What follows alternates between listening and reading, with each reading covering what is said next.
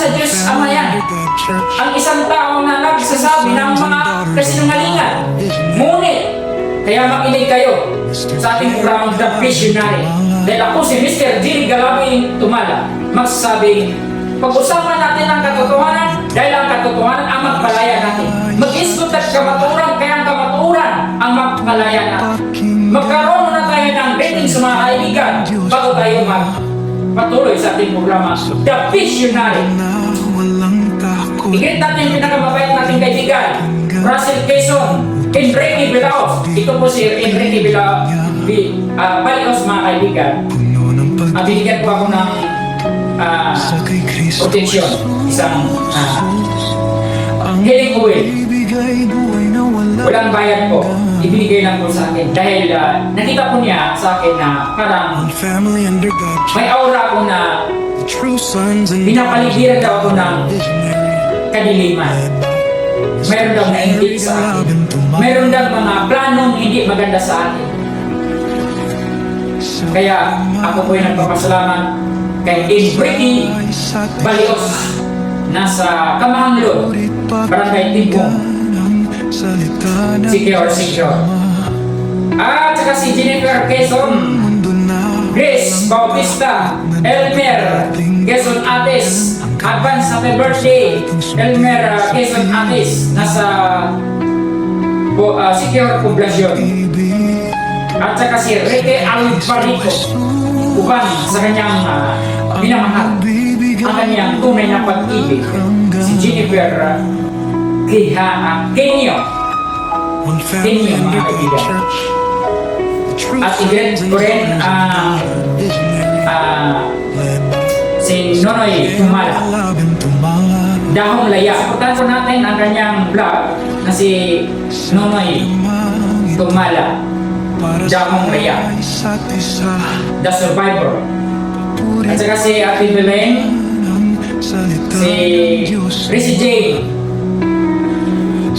Tumala, at saka si Rissel Tumala, at saka si Ate Berta Bulumon Tumala, Tibo Bulumon, Sherwin Tumala Bulumon, Tine Tumala Bulumon, Karen Tumala Bulumon, Tubar, nasa United States of America. Igit natin si Attorney Dindo Humawan Anghab Tumala, at uning suportahan sa kanyang politics career.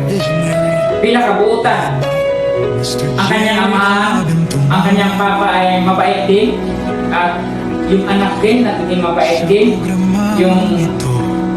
Ito po ang kanyang ama ay si Damian Tumala.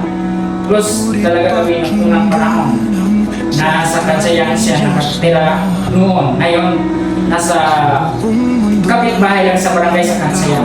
Kaya itong anak niya ay naging attorney na si Dindo Humawan Anghab Tumala, na tumatakbo ngayon ng Vice Governor. Kaya supportan po natin siya, mga kaibigan. Mabait ito. Bago lang ako nakarating, tapos pinuntahan ko, sinabi niya, bakit ngayon lang ako? Sabi ko, maraming mga mission, kaya sige, ipagpatuloy mo ang iyong mission, ipagpatuloy mo ang iyong politics career, dahil yan ang nagbabagay sa iyo. At kapag ikaw ay nagkakaroon ng kapalaran na nagtiwala sa iyo yung mga taong bayan dito sa buong Secure, ay magiging maundan mo tayo lahat. Huwag mong pababayaan ang nagmamahal sa iyo. Attorney Dindo Humawan Anghab Tumala, ikaw ang aming pag-asa dahil ikaw ay nagiging attorney. Hindi yan ordinary ang iyong pagiging professional. Kaya nakakatulong yan sa mga taong ina-accuse. Kaya ikaw ang pag-asa sa mga taong nag-a-accuse. Huwag mong kalimutan dahil yan ang hinahanap nila, na mayroon silang kapatid. Totoo. Kaya suportahan po natin, mga kaibigan, ang ating kaibigan na si Attorney Dindo Humawan Anghab Tumala.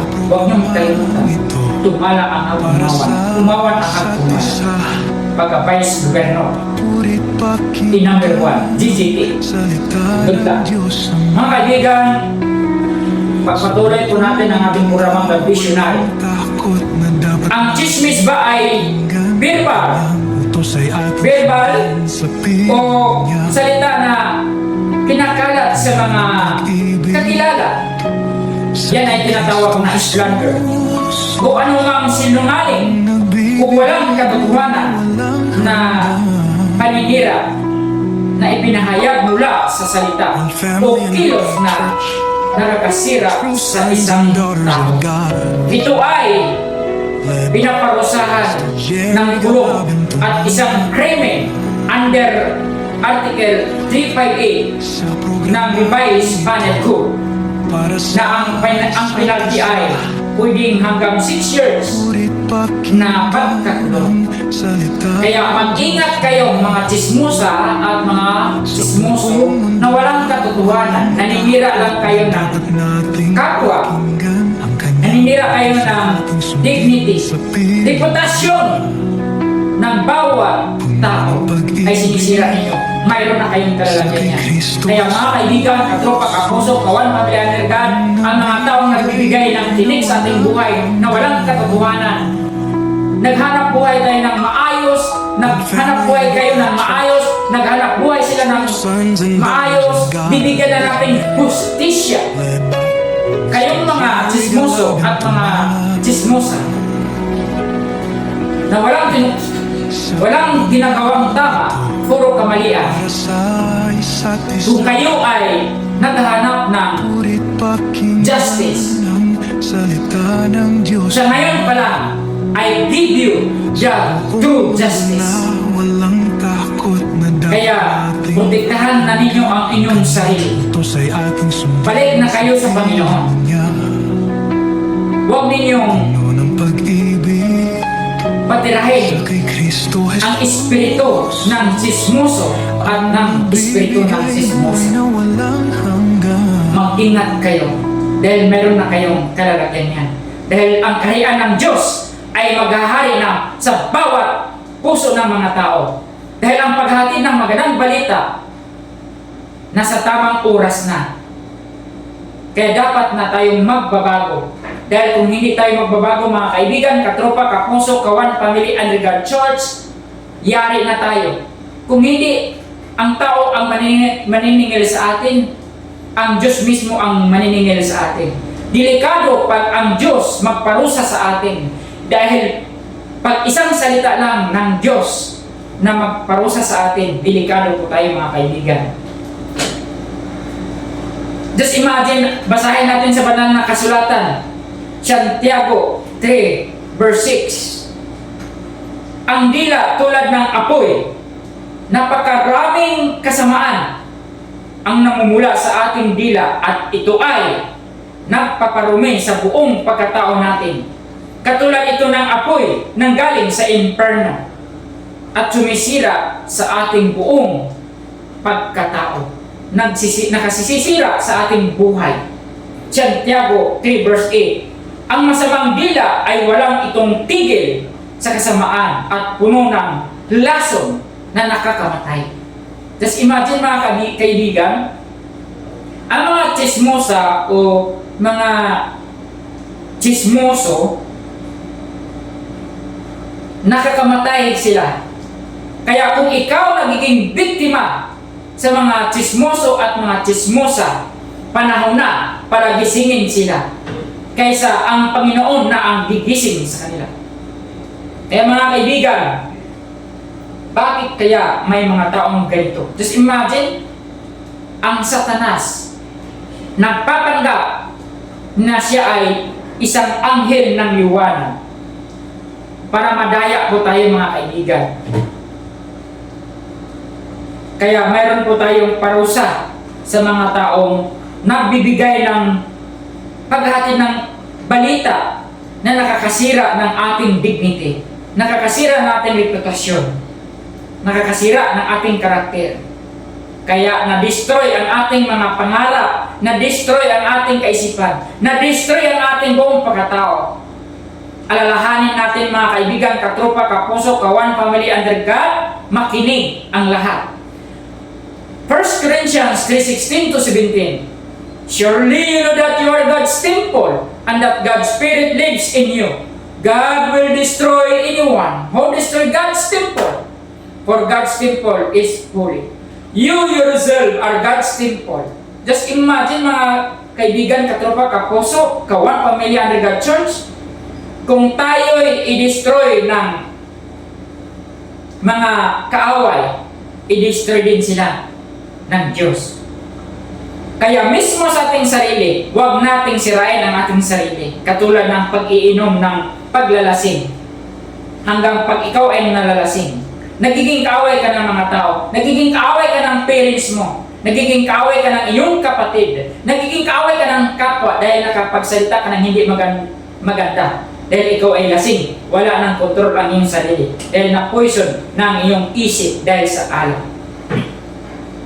Anong dahilan? Nakakaroon ka ng problema, inom ka. Dahil nasanay ka na nagkaroon ng pag-iinom. At nasanay ka na rin na magsasalita ng hindi maganda. Kaya mag-inom ka lang ng inom para malimutan mo kung anong sinasabi mo pag ikaw ay nalasing. Yan po ang napakalaking mali po. Kapag ikaw ay mayroon kang problema, makipag-usap po tayo sa ating Panginoon. Yan ang pinaka-secret weapon na maprotektahan natin ang ating sarili, mga kaibigan. Kung hindi natin protektahan ang ating sarili, mga kaibigan, magiging biktima tayo sa ginagawa nating krimen na yun ang magbibigay ng kasamaan sa ating sarili. Just imagine, templo tayo ng Panginoon, papasok ang Panginoon sa ating katawan at lalabas. At sila, yung mga Holy Spirit, ang maghahatid ng magandang balita sa pamagitan ng ating pagsasalita. Dahil meron tayong kumpletong physical, kumpletong spirit. Meron tayong spirit, soul, and body. Kaya ang Holy Spirit papasok sa ating puso. We are the vessel of God. Ang importante dito, mga kaibigan, alamin natin kung tayo ba ay liwanag, kung tayo ba ay maka-Diyos. Yung maka-Diyos ba natin ay katanggap-tanggap ba ng ating Panginoon? O ang ating pagka-Diyos pakitang tao lang? O ang ating pagka-Diyos ay props lang para madaya natin ang mga tao, para lahat ng gusto natin ay makukuha natin sa sarili nating interes, sa sarili nating kapakanan. Kaya we are living to the sake of others, mga kaibigan, katropa, kapuso, kawan, family, and God. Yun ang pinaka-the best na dapat nating gampanan. Focus tayo dito, mga kaibigan, dahil may parusa talaga.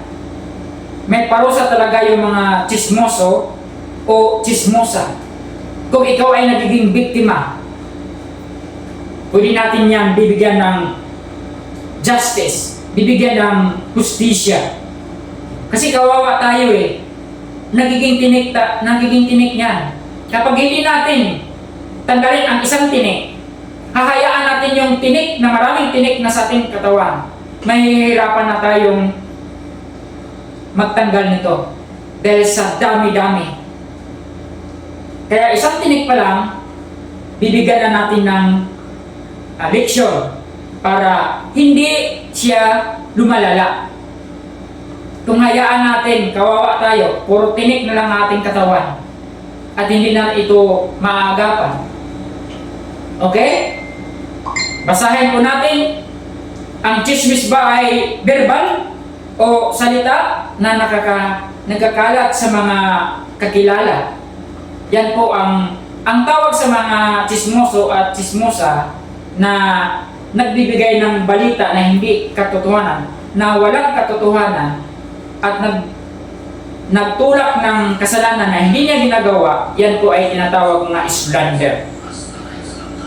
O anumang sinungaling o walang katotohanan na paninira na ipinahayag mula sa salita o kilos na nakakasira sa isang tao, ito ay pinaparusahan ng kulong at isang krimen under Article 358 ng Revised Penal Code ng penalty ay pwedeng hanggang 6 years na pagkakulong. Kaya mag-ingat po tayo ng paghatid ng balita sa ating kapwa na hindi tayo nakakasira. Kung ikaw ay naninira para ikaw ay sumisikat, para ikaw ay pakinggan, ang iyong dila sa banal na kasulatan parang apoy galing sa impyerno. So worse ka pa kay Satan. Basahin natin ang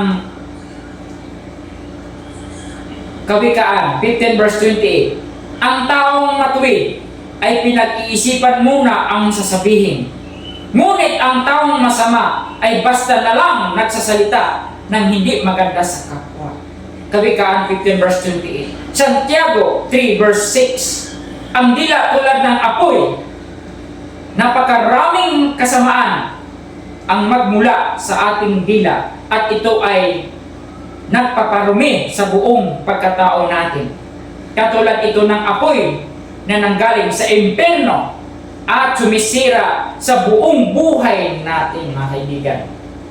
Ang masamang dila ay walang itong tigil sa kasamaan at puro na lang lason na nakakamatay sa ating buhay. Santiago 3 verse 8. Just imagine, nakakamatay pala. Nakakamatay pala, mga kaibigan. So pinapatay na tayo ng mga tsismoso at tsismosa, kaya nagiging biktima tayo sa kanila. Patay na tayo sa kanila eh. Kapag humingi sila sa atin tapos hindi nagbibigyan, sinisiraan tayo. Ayun. Yan ba ay makakatarungan? Nasaan ang hustisya niyan, mga kaibigan? Kaya bibigyan natin ng leksyon ang mga tsismoso na ngayon at sa mga tsismosa. Nagiging biktima ako sa mga tsismoso at tsismosa. Kailangan bibigyan natin ng leksyon. Kaya mag-ingat kayo, mga kaibigan. Huwag kayong magsalita ng hindi maganda sa kapwa. Dahil may parusa yan. Kasalanan yan. Malaking kasalanan sa Diyos yan. Dahil pinapatay mo ang templo ng Diyos. Sinisira mo ang kanyang dignity. Sinisira mo ang kanyang karakter. Sinisira mo ang kanyang good manners and right conduct. Tinuturo mo ang iyong kasalanan sa kanya na hindi niya ginagawa para magiging malinis at matakpan ang iyong kasalanan. Kaya ngayon, bukas mag-umpisa, magtutuos tayo dahil may justice, may hukom. Hindi sinungaling ang justice. Hindi lahat ng pulis ay masama. Hindi lahat ng abogado ay masama. Hindi lahat ng sundalo ay masama. Hindi lahat ng politiko ay masama. Equal balance yan. Kaya maglalaban ang good at saka masama. Kaya manatili pa rin tayong gumagawa ng kabutihan para mayroon tayong gantimpala sa kaharian ng Diyos. Manatili tayong maka-Diyos. Manatili tayong maka-Diyos na mayroong gawa na ayon sa kalooban ng Diyos. Kung tayo ay maka-Diyos lamang sa harap ng tao, pero ang ating sarili ay hindi maka-Diyos. Ating puso ay hindi pure na maka-Diyos. That is the very big problem. You should protect yourself from yourself. If you cannot protect yourself from the enemy within you, you are a victim of your crime and lose your value. Don't ever let anyone or everything define your value. Amen? Praise the Lord. Hallelujah. Kaya kailangan magiging wise tayo. Kailangan magiging matino tayo. Kailangan magiging professional tayo. Kung tayo ay magagalit, kailangan hindi tayo magkakasala. Kung tayo ay mahilig mag-chismes o salita sa kapwa, kailangan mag-ingat dahil may parusa yan kung hindi ka mag-ingat. Pagmamahal ba sa kapwa yan? Na sisirain mo ang isang tao para lamang ikaw ay masave para ikaw lamang ay sumisikat at magiging maganda ang iyong buhay at magiging maganda ang iyong kapalaran sa kaperahan at para magiging mayaman ka. Nagkakamali ka kapag ikaw ay yumayaman sa maling kayamanan. Nagnanakaw ka ng talino sa tao. Nandadaya ka. Yan ang malaking pagkakamali natin. Kaya i-check natin na natin sarili kung tayo ba ay makasalanan o tayo ba ay makadiyos o tayo ba ay nabilong sa kaharian ng Diyos. Tayo ba ay karapat-dapat na makapunta sa kaharian ng Diyos. O tayo ba ay nagiging kaaway ng mga mabuting tao. Tayo ba ay nagiging kaaway sa mga makadiyos. Huwag natin silang awayin. Dahil kapag ang Diyos kumakampi sa kanila, kawawa ka talaga. Dahil isang salita lang ng Diyos, maghihirap ka talaga.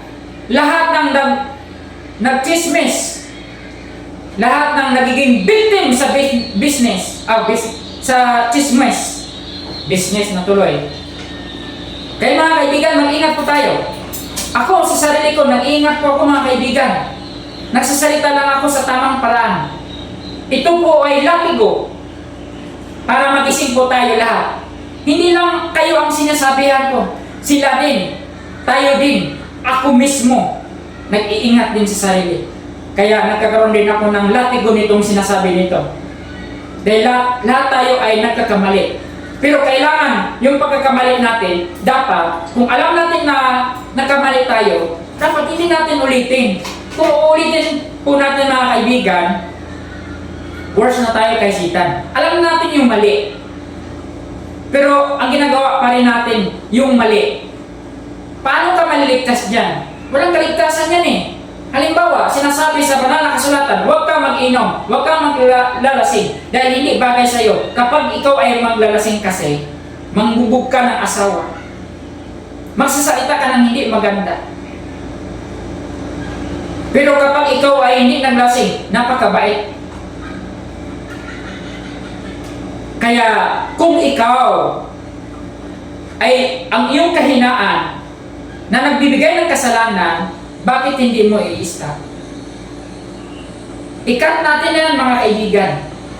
Kapag hindi natin i-cut yan, malaking problema. Darating ang panahon, ang tao din ang magbibigay siya ng parusa. Kung ayaw niya magparusa sa iyo dahil matakot sila dahil ikaw ay may baril, ikaw ay may katungkulan, ikaw ay mayaman, mahirap lang ang magparusa sa iyo, magbibigay ng leksyon sa iyo. Ang Diyos na mismo maghahanap ng paraan, pero hindi mismo ang bababa para ikaw ay parusahan. Gagamit siya ng ibang tao din para ikaw ay parusahan. Bibigyan ka ng leksyon. Pag hindi ka rin magbabago, mismo ang Panginoon na magsasalita para sa iyo. Pag sinasabi ng Panginoon, masusunog ang bahay mo, masusunog talaga. Walang makakapigil. Kaya, tatawagin mo na ang iyong kakampi na si Satanas. Mga kaibigan, katropa, kapuso, kawan, pamilya, and God Church, magandang araw po sa inyong lahat. Lahat ng taga Secure, lahat ng taga San Juan, lahat ng taga Lasi, lahat ng taga Punong, lahat ng taga Pilapil, lahat ng taga Napo, magandang araw sa inyong lahat. At lahat ng nagmamahal sa akin, lalo na nagsuporta sa aking mga gawain. At i-greet ko pala si Princess Lalim at saka si Sarah Lalim, Amy Lalim, Kunila Lalim, Berto Lalim, Kidong Lalim, Maricar. Magandang araw po sa inyong lahat. At lalo na, huwag natin kalimutan, pinakamabait na ating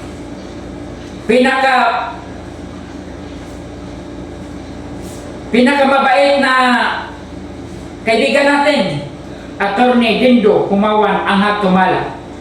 Siya po ay tatakbo ng Vice Governor. Huwag natin kalimutan mga kaibigan. Atin to. Ato ni Bay. Kaya suportahan po natin siya. Mabait siyang tao. Kung kilala ninyo siya, suportahan natin siya. Mag-cooperate tayo sa kanyang mga gawain dahil siya ay mabait. Matakutin ito siya. Malaking respeto sa kanyang papa at mama. Nakikita ko sa kanyang aura. Kaya suportahan po natin siya mga kaibigan dahil siya ay mabait. Handa po siyang mag-serve sa ating bawat Pilipino. Wala siyang pinipili. As long as gumagawa ka ng kabutihan, siya ay kakampi natin. Kapag ikaw ay gagawa ng kasinungalingan, hindi mo siya kakampi. Sorry naman. Okay mga kaibigan, katropa, kapuso, kawan, pamilya, Agregat Church, great day na to, pagbalik ng mga kaibigan natin. Greetings, Russell Quezon, Enrique B. Balios, Ginaline, Gavin, Jennifer Quezon, Grace Bautista, Elmer Quezon Atis, advance happy birthday. Ricky Albarico, Jennifer, ang kanyang minamahal na si Jennifer Kenyo. Kini si Ricky Albarico at saka si Jennifer Kenyo mga kaibigan, katropa, kapuso, kawan, pamilya, Agregat, palagi itong nag-smile. Meron silang mga business na gumagawa ng mga laptop, mga sound system, at nagkakaroon din sila ng mga business na kung mag-request ka ng sound system, katulad ng mga disco, ayun, sila po, Ricky Albarico. Madaling malapitan, mapait, kakampi sa mabuting tao. Okay mga kaibigan? Okay, patuloy tayo mga kaibigan. Huwag niyong kalimutan mga kaibigan ha.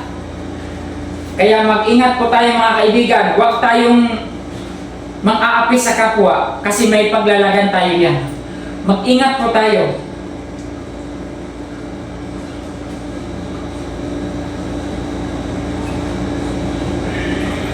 Okay mga kaibigan, ito ang ating paksa ngayon, ang gawain ng mga kaaway. Napakahirap talaga mga kaaway. Hirap talaga sila. Hindi natin alam kung sinong kaaway natin. Hindi natin alam na ang kausap pala natin, naging kaaway pala natin. Dahil maganda magsalita, sarap, mapait, pagtalikod mo pala, ginagawaan ka pala ng lahat ng mga kasalanan. Hindi natin alam kung anong purpose nila. Ayan. Kaya mag-ingat na po sila. At mag-ingat po tayo mga kaibigan. Huwag tayong mang-aapi sa kapwa. Huwag tayong manglamang sa kapwa. Dahil kasalanan ng ating Panginoon dyan. Napakasakit yan. Malaking kasalanan sa Diyos yan. Kaya may batas tayo dyan. Kaya mag-ingat. Magmahal na tayo mga kaibigan. Kung sino po yung inaapi, lalo na biktima sa mga chismoso at chismosa, contact ninyo ang aking number 09624-621-560. Smart yan. Ulitin ko po, 09624-621-560. Aking Facebook, Newscaster Jerry Galabing Tumala. YouTube channel, Jerry Galabing Tumala, The True Media. Jigatong TV Production. Jerry Galabing Tumala Movie Production. Kaya mag-text kayo or mag-message, mag-subscribe sa aking YouTube channel at makinig sa aking programang The Visionary dito lamang sa Radio Bisda 105.7 FM, the province of Siquijor Island, Philippines. Ito po si Mr. Jerry Galabing Tumala ang magsasabing pag-usapan natin ang katotohanan dahil ang katotohanan ang magpalaya sa atin. Maghisgot kita kamaturan kaya ang kamaturan ang hatag na ito'y kagawasan. Amen? Praise the Lord. Hallelujah. Okay, patuloy mga kaibigan. Kaya kayong mga chismosa, mga chismoso, mag-ingat na po kayo. Dahil may kalalagyan na talaga kayo. Kapag may katwiran, ipaglaban natin. Ipaglaban ko. Umpisa na bukas. Kaya i-check natin ang ating sarili. Mahalin na natin ang ating kapwa. Kapag hindi natin kung hindi ka marunong magmahal sa kapwa, hayaan mo siyang mamumuhay ng tahimik. Huwag mo siyang guluhin. Ba't ka manggugulo? Huwag natin mang-aapi. Huwag na tayo mag-aagaw ng lupa. At huwag na tayong mag-impok ng kayamanan dito sa kayamanan sa lupa. Mag-impok tayo ng kayamanan sa langit. Dahil pag impok tayo ng kayamanan sa langit, ibibigay sa ating kayamanan dito sa lupa. The more you give, the more you receive. Kung ikaw ay mapagmataas, ibaba ka ng Panginoong Diyos. Amen. Kapag ikaw ay humble, kung ikaw ay magpakumbaba, itataas ka ng Panginoon. Kaya huwag na tayong mang-aapi sa kapwa. Kawawa naman. Kung hindi kayo magsasalita ng magandang kapwa, papatayin ninyo.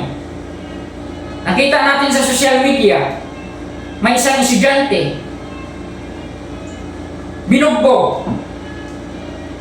Tinutulungan imbis na tutulungan para hindi mabugbog, tuloy, nang bugbog din. At binidyo pa, ang nagbidyo. Ano kaya naramdaman niya pagkatapos? Binibidyo niya, hindi niya ginagawa ng paraan para hindi magiging kawawa tuloy ang nabugbog. Kawawa talaga sa social media. Isang panig na naman, yung asawa naghanap ng ibang kalaguyo.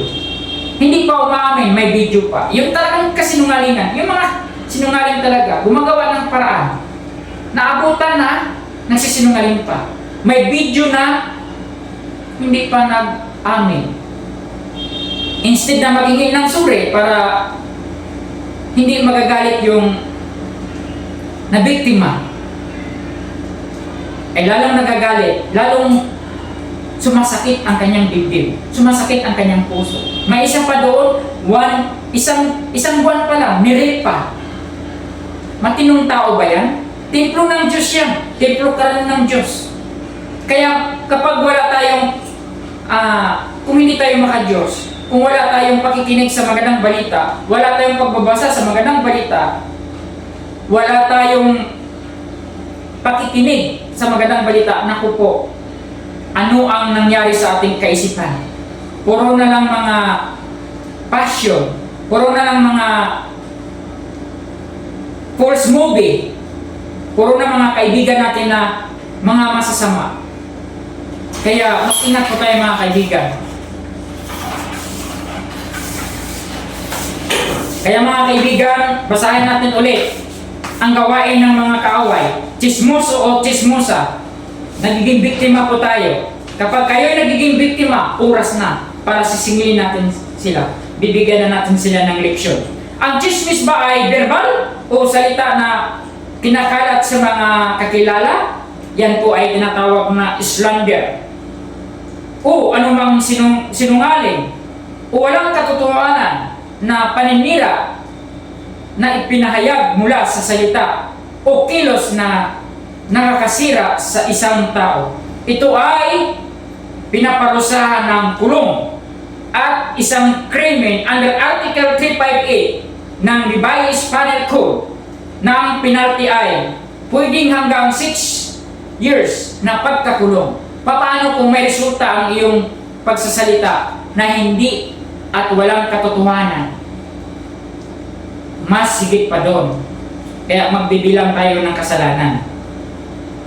Ang taong matuwid ay pinag-iisipan muna ang sinasabi, ngunit ang taong masama ay basta na lang nagsasalita. Kawikaan 15 verse 28. Ang dila ay tulad ng apoy. Napakaraming kasamaan ang magmumula sa ating dila at ito ay nagpaparumi sa buong pagkatao natin. Katulad ito ng apoy na nanggaling sa impyerno at sumisira sa buhay natin. Santiago 3 verse 6. Santiago 3 verse 8. Ang masamang dila ay wala itong tigil sa kasamaan at puno ng lason na nakakamatay sa ating pagkatao. Malaking kasalanan sa Diyos Ama ang isang tao na nagsasabi ng mga kasinungalingan Ngunit,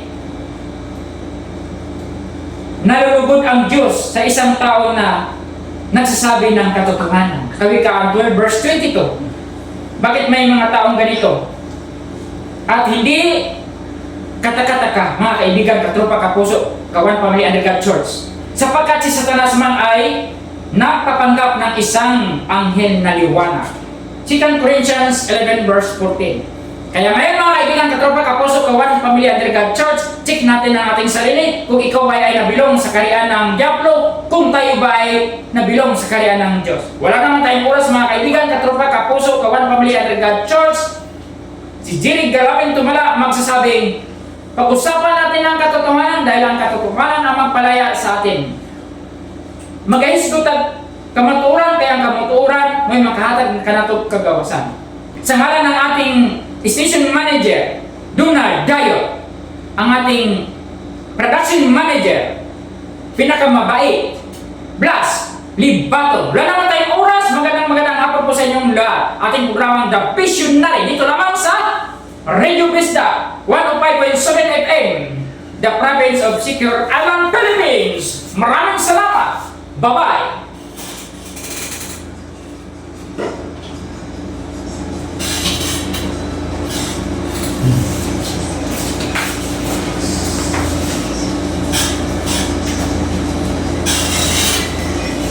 Kuhanin mo. Kuhanin. Thank you.